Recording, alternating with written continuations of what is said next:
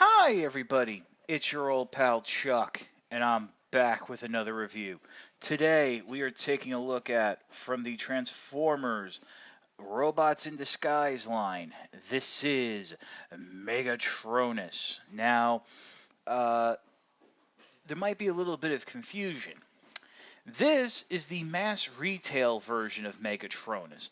The one that a lot of people have seen already is the Toys R Us Clash of the Transformers version of Megatronus. The big difference is some paint scheme, a little bit of paint detail, but the really big difference is the head, which we'll get to in a moment. I picked this figure off of Amazon. It's been floating in and out of stock. Unfortunately, there's a lot of third-party vendors who go ahead and try to pick it up and then turn around and sell it at a inflated price. But I paid retail for this, and I think you should too. Um, Megatronus is a little bit of a twist. This is not Megatron, but actually the guy that Megatron took its name from. If we know our Transformers history, this is the character that eventually became known as the Fallen. But in Robots in Disguise, it's Megatronus, as voiced by the legendary Gil Gerard, a heavily distorted Gil Gerard, but Gil Gerard nonetheless. And it kind of cool as a child who grew up watching Buck Rogers in the syndicated reruns. It's quite enjoyable. So, as you can see for accessories, the figure comes with this giant spear, sword, shiv, butter knife thing.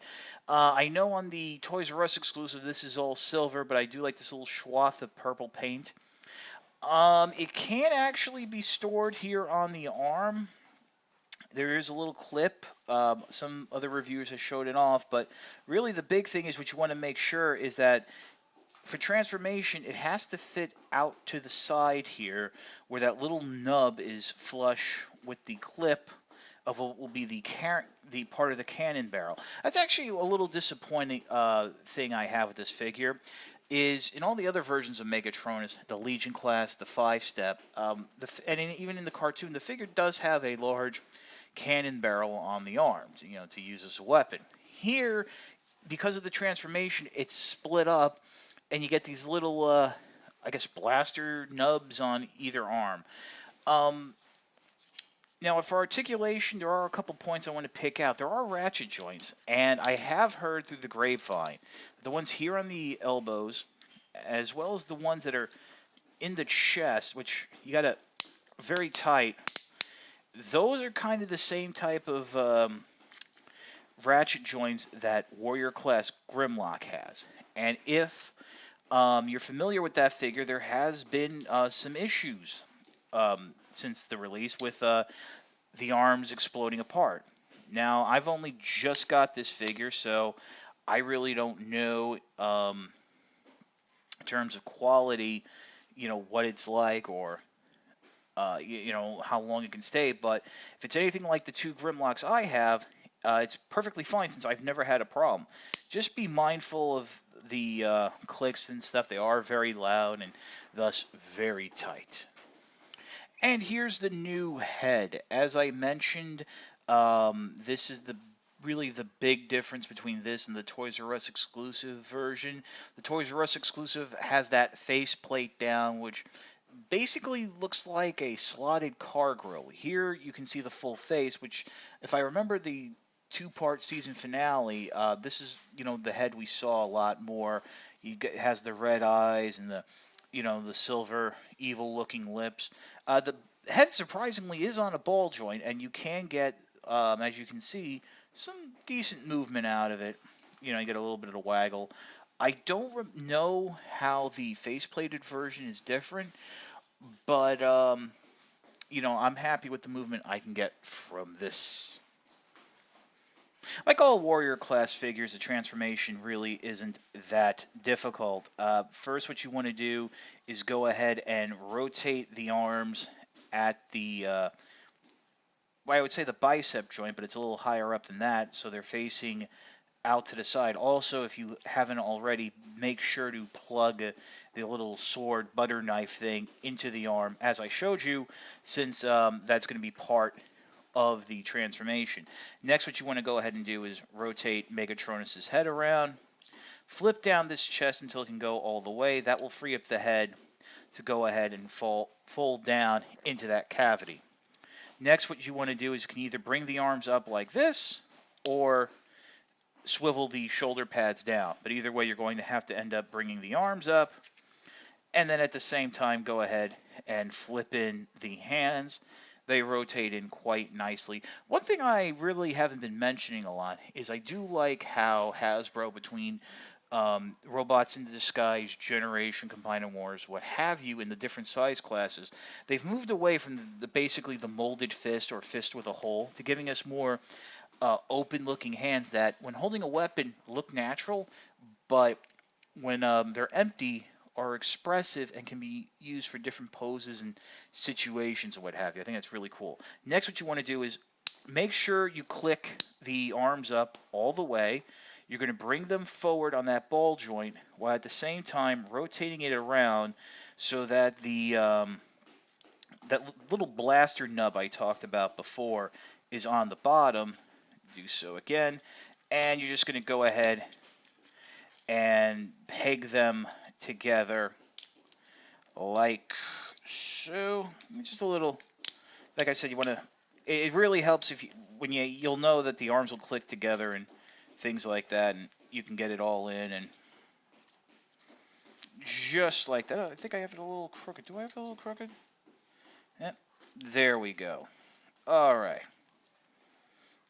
So that's it for the torso. You actually now have just like a Gerwalk Megatronus mode. Next, what you want to do is go ahead, spread the legs out to the side. Next, what you can go ahead and do is bend the knees back. There are these little tabs that will peg onto slots on the inside of the leg. Next step is go ahead and bring up the knee pads. In robot mode, these might move around. They're really supposed to be leg coverings. So that'll just bring everything up to the front. And go ahead and rotate around the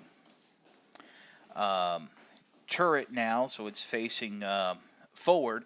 The missile batteries will always be facing forward. And yes, maybe I think I kind of almost forgot to rotate the the waist around, but you can do it then. And then just go ahead, and there's these little coverings, which are the feet. You want to pull those out, and they will basically just friction in. There's tabs on this gray section that will just friction into the little section of the leg there. And presto changeo, whammo blammo, we have Megatronus in its vehicle mode. There are some plastic wheels, so it does roll quite nicely. Basically, it's your standard H-Tank. Lately in Transformers, we've been seeing the H-Tank used. If we go back a few years to the original Generations Legends class, we had that version of Warpath, which was an H-Tank, and then about a year or so later, we had the Deluxe class, which was a legendary figure of Warpath as the H-Tank.